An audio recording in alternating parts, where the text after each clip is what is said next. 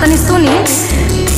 सुना ननदो के भैया भांग हमसे ना पिसाई, भांग हमसे ना पिसाई, भांग हमसे ना पिसाई।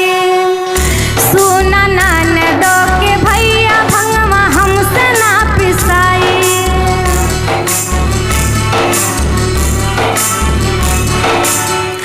सुना ननदो के भाई दुखवा हमसे ना सहाय, हो बड़ा दर्द देला, हो बड़ा दर्द देला नरमी कलाई में भांग के पिसाई में ना, हो बड़ा दर्द देला नरमी कलाई में भांग के पिसाई में ना।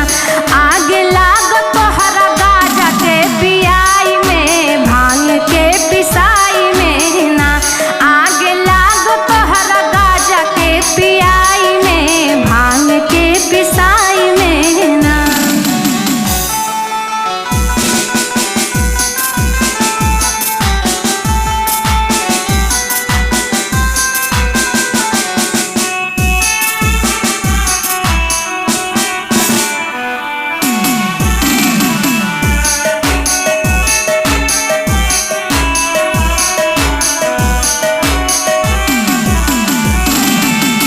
हो बड़ा